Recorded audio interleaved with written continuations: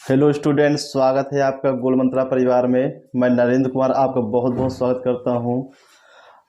थोड़ा शिकायत ये आई थी कि जो वीडियो डाले जा रहे हैं वो चैप्टर वाइज नहीं डाले जा रहे हैं, तो आज से जो आपका जो सेशन स्टार्ट हो रहा है, तो हम स्टार्ट कर रहे हैं यूपी जीएस, और इसको कंप्लीट करने के बाद जो है वो अगला हम सब्जेक्ट चूज करेंगे। तो कोशिश रहेगी कि कम से कम समय में इसको हम पूरा करें, तो अधिकतम जो 8 से 10 दिन हम ले सकते हैं, और इसमें आपका पूरा जो यूपी जीएस कंप्लीट हो जाएगा। तो ध्यान से देखिएगा, यूपी जीएस की हम बात करते हैं तो यूपी जीएस में सबसे पहले हम ये जानेंगे कि यूपी का जो इतिहास है उसमें थोड़ा जानेंगे, वहाँ से क्वेश्चन आते हैं। तो यहाँ जैसे लिखा है आपका कि 1858, तो 1858 तक यूपी की राजधानी क्या थी? ये आगरा रही। क्या रही है? आगरा रही, जिसकी स्थापना सिकंदर लोदी ने किया है। ठीक है, तो आपको याद रखना है कि प्रारंभ में या फिर 1858 तक की यूपी की राजधानी क्या थी? ये आगरा रही है।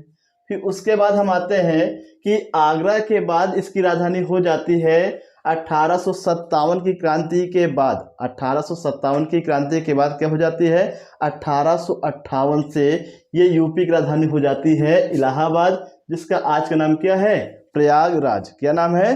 प्रयागराज। तो यहाँ से हम देखेंगे कि 1858 से लेकर 1921 तक यूपी की राजधानी क्या होती है? ये आपकी प्रयागराज हो जाती है। फिर इसके बाद 1921 में आते हैं, तो 1921 से अब तक की जो यूपी की राजधानी क्या है? ये लखनऊ है। क्या है ये लखनऊ है। तो पहले यूपी का क्षेत्र जो है उत्तराखंड वगैरह सब इसी में आता था। तो अगर हम यहाँ से क्वेश्चन और बताना चाहेंगे कि 1937 में तो जो यूपी का गठन किया गया था संयुक्त प्रांत के नाम से। किस नाम से? संयुक्त प्रांत के नाम से यूपी का गठन 1937 में किया गया था। फिर इसका नाम जो है 24 जनवरी 1950, याद रखिएगा, 24 जनवरी 1950 को इसका नाम रख दिया गया है उत्तर प्रदेश। इसलिए आज भी उत्तर प्रदेश दिवस कब मनाया जाता है? 24 जनवरी को मनाया जाता है। तो हम यहाँ फिर से लिख दें 24 जनवरी 1950। तो हम कह सकते हैं कि यूपी का जो है यूनाइटेड या फिर संयुक्त प्रांत के नाम से गठन कब किया गया? पहली बार 1937 में किया गया है। फिर इसका नाम जो है उत्तर प्रदेश कब से पड़ा है? 24 जनवरी 1950 को पड़ा है, और तभी से इसका नाम आज क्या है? उत्तर प्रदेश है। तो यहाँ से हम देखेंगे कि आप यहाँ पेपर में पूछा जाता है कि उत्तर प्रदेश दिवस कब मनाया जाता है, तो 24 जनवरी को मनाया जाता है। क्यों मनाया जाता है? कारण यही है कि उसी दिन 1950 से क्या हुआ है? इसे उत्तर प्रदेश नाम दिया गया है। और हम आते हैं कि यूपी की जो न्यायिक राजधानी है वो क्या है? आपकी प्रयागराज। क्या है? प्रयागराज। फिर उसके बाद हम देखेंगे कि प्रशासनिक राजधानी, जबकि हाई कोर्ट आपका कहाँ पे है? ये आपका प्रयागराज में है। इसकी खंडपीठ लखनऊ में भी है, लेकिन यहाँ पे हम बात कर रहे हैं प्रशासनिक राजधानी की। तो प्रशासनिक राजधानी कहाँ पे है? ये लखनऊ में है। कहाँ पे है? ये लखनऊ में। फिर इसके बाद आते हैं आर्थिक राजधानी। तो आर्थिक राजधानी जो है यूपी की क्या है? कानपुर है। इसे भारत में पूर्व का मैनचेस्टर भी कहते हैं। इसे भारत में क्या कहते हैं? पूर्व का मैनचेस्टर। और भारत का मैनचेस्टर क्या है? अहमदाबाद। और दक्षिण भारत का मैनचेस्टर क्या है? कोयम्बटूर। तो मैनचेस्टर से 3 क्वेश्चन बनते हैं। अहमदाबाद भारत का मैनचेस्टर, दक्षिण भारत का मैनचेस्टर क्या है? वो कोयम्बटूर है, और भारत में पूर्वी भारत का मैनचेस्टर क्या है? ये कानपुर है। ठीक है, अब इसके बाद बात करते हैं धार्मिक राजधानी की। तो धार्मिक राजधानी जो है ये आपकी वाराणसी है। क्या है ये? वाराणसी। और जो इसका जो पुराना नाम क्या है? काशी है। और काशी की बहन किसे कहते हैं? गाजीपुर को कहते हैं। किसे कहते हैं? गाजीपुर को काशी की बहन कहते हैं। फिर इसके बाद हम आते हैं यूपी के राजकीय प्रतीक। यूपी के राजकीय प्रतीक, तो राजकीय प्रतीक में हम बात करेंगे पशु। तो पहला क्या है आपका? पशु है आपका बारहसिंघा। क्या है? बारहसिंघा यूपी का राजकीय पशु है। पक्षी क्या है? पक्षी है सारस। तो सारस इसे क्रॉन्च भी कहते हैं। क्या कहते हैं? क्रॉन्च भी कहते हैं। इंग्लिश में क्रेन कहते हैं। क्या कहते हैं? क्रेन कहते हैं। तो आपको याद रखना है पक्षी क्या है यूपी का? ये सारस है। राजकीय पक्षी क्या है आपका? ये सारस, इसे क्रॉन्च भी कहते हैं, इंग्लिश में कहते हैं क्रेन। आगे हम देखेंगे राजकीय वृक्ष क्या है। तो राजकीय वृक्ष है आपका अशोक का वृक्ष। क्या है? अशोक का वृक्ष आपका राजकीय वृक्ष है। फिर उसके बाद आते हैं पुष्प। तो पुष्प क्या है आपका? पलाश। पलाश, इसे गांव की भाषा में कहते हैं टेसू। क्या कहते हैं? टेसू। तो यूपी का जो राजकीय पुष्प है उसे पलाश कहते हैं। क्या कहते हैं? पलाश कहते हैं। इसका वैज्ञानिक नाम क्या है? Butea monosperma. ब्यूटिया मोनोस्पर्मा जो है ये पलाश का वैज्ञानिक नाम है। आगे हम बढ़ते हैं। यूपी का राजकीय खेल क्या है? यूपी का राजकीय खेल क्या है? तो जिस प्रकार से भारत का राजकीय खेल है ठीक उसी प्रकार यूपी का भी राजकीय खेल क्या है? हॉकी है। फिर उसके बाद आते हैं नृत्य। तो नृत्य है आपका कथक। क्या है ये? कथक। इसमें बच्चे कंफ्यूज होते हैं, एक कथक है एक कथकली है।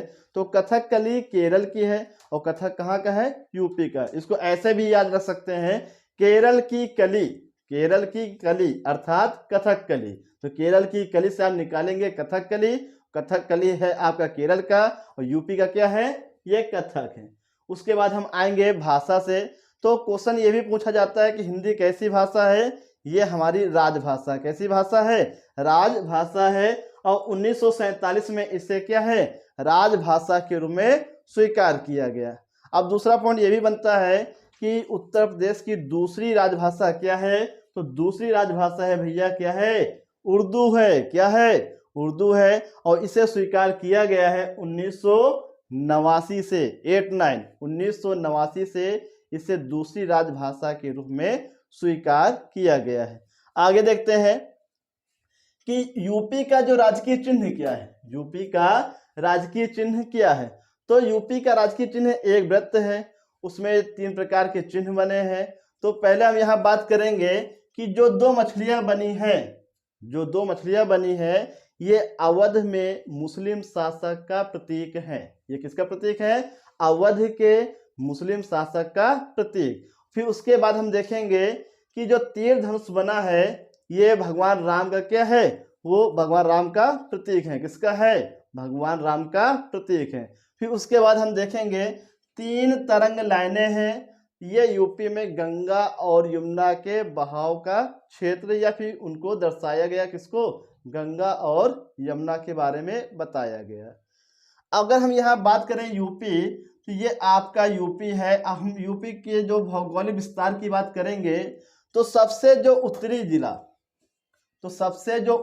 कौन सा है? ये सहारनपुर है। और सबसे पूर्वी जिला कौन सा है?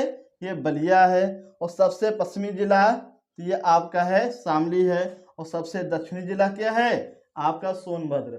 तो आपको मेरे बच्चों याद रखना है, क्या याद रखना है?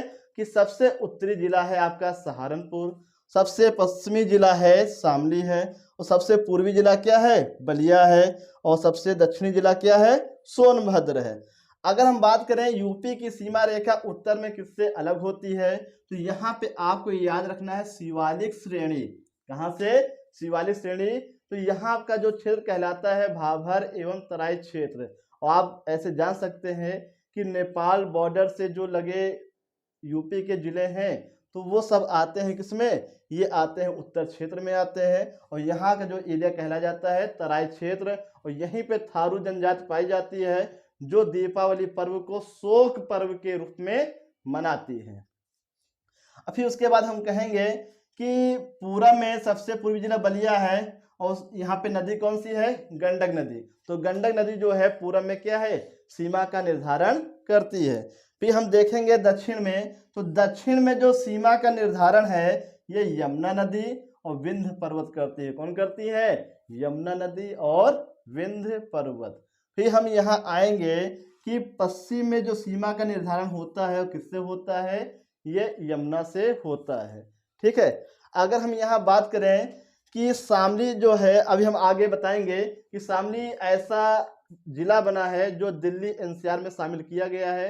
यह यूपी का 8वां जिला होगा, इसको हम आगे बताएंगे। तो यहाँ हम बात करते हैं यूपी की सीमा रेखा जो है कितने भारतीय राज्यों से लगी है।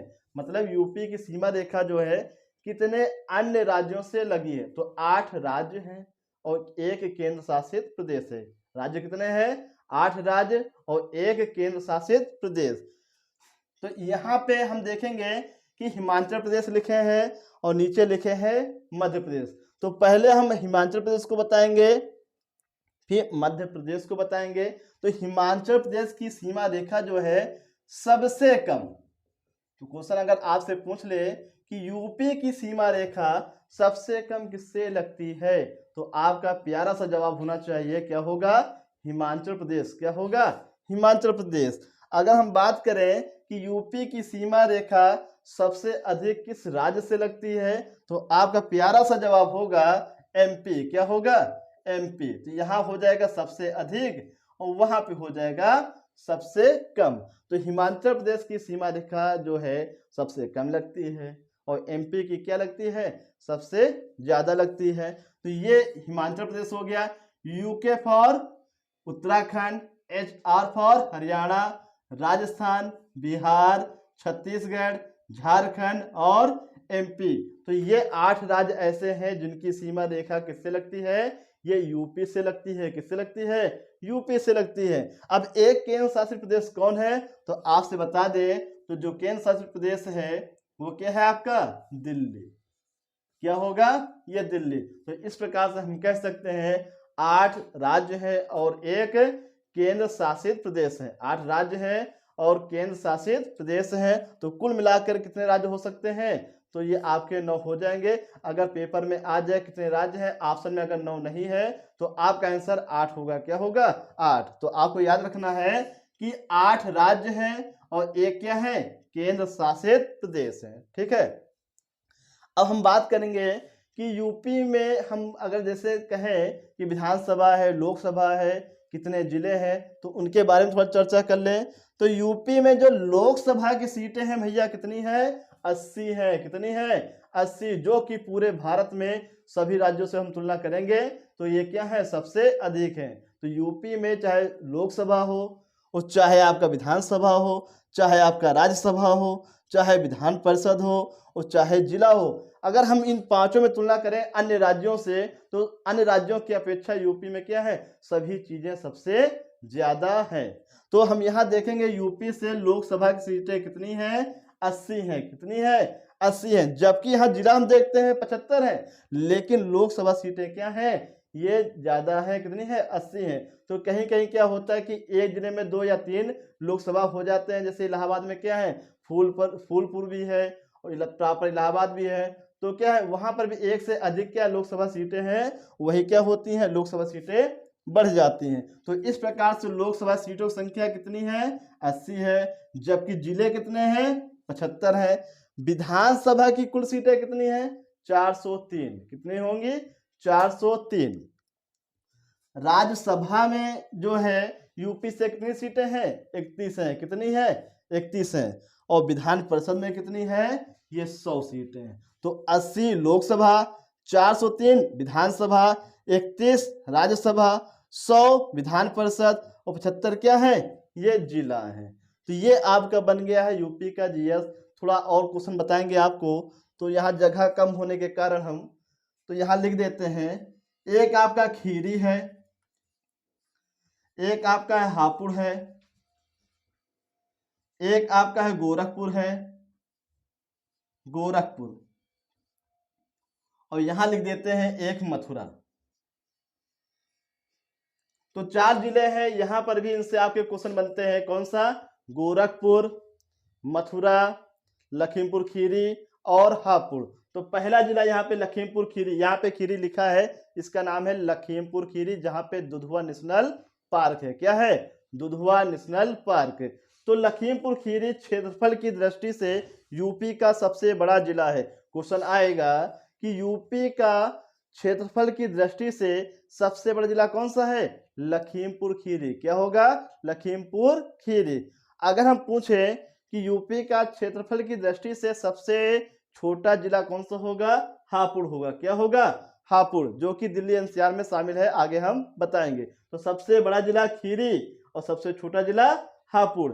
अब गोरखपुर और मथुरा से क्या क्वेश्चन बनेगा, तो गोरखपुर ऐसा जिला है जहां पर यूपी में सर्वाधिक वर्षा होती है। क्वेश्चन आएगा यूपी में सर्वाधिक वर्षा किस जिले में होती है तो आपका प्यारा सा आंसर होगा क्या, गोरखपुर। और जबकि सबसे कम वर्षा कहाँ होती है, ये मथुरा में होती है। कहाँ होती है, ये मथुरा में होती है।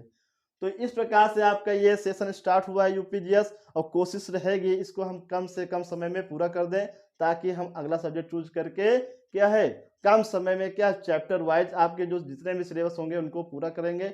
आप वीडियो को अच्छे से देखेंगे, और आपसे रिक्वेस्ट है कि अगर आप वीडियो को देखते हैं तो इसको नोट करिएगा। अगर नोट नहीं करते हैं तो आप अपना 100% नहीं दे रहे। तो 2-3 बार वीडियो देखने के बाद आप इसको नोट करिए, ठीक है। और वीडियो कैसा लगा है तो कमेंट सेक्शन में लिख के आप लोग बता सकते हैं। और यहाँ पे हम जाने से पहले क्या है छोड़ देंगे, ताकि आप स्क्रीनशॉट लेके इसका क्या है आप अपनी कॉपी में लिख सकें। जय हिंद, जय भारत।